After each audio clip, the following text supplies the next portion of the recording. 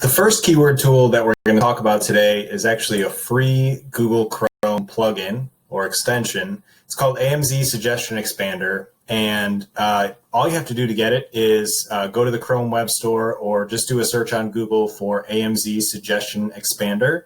You can see now that I already have it installed, but all you're going to need to do is install it in Google Chrome and it's ready to go. So let's look at the really cool functionality around this. So typically when you go to Amazon, you get some auto suggestions, which means as you start typing, Google is going to start to suggest things for you. Now we're in the books category right now. So let me show you an example. Let's say that you're writing a joke book and you want to get some sense of what people are actually searching for. Now typically when you search for this within Amazon, you're going to get some examples, usually a list of like 5 to 10, depending on the volume. But AMZ Suggestion Expander is going to expand the amount of suggestions that you're going to get. So if we simply search for jokes for, we can see already that we're getting some really good keyword research here. We can see that people are typically searching for jokes for kids.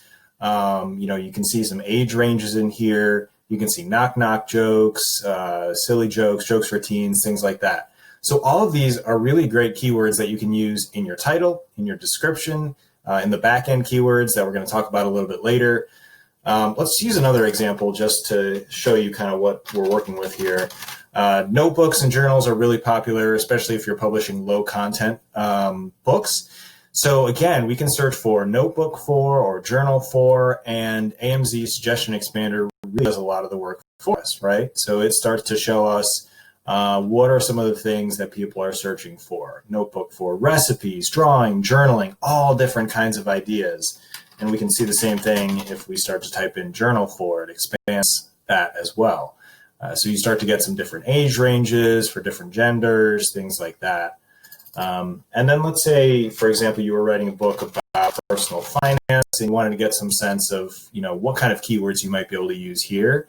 Again, we see some more specifics like books for teens on personal finance, for millennials, people looking for foundations. So maybe that's more of the basics.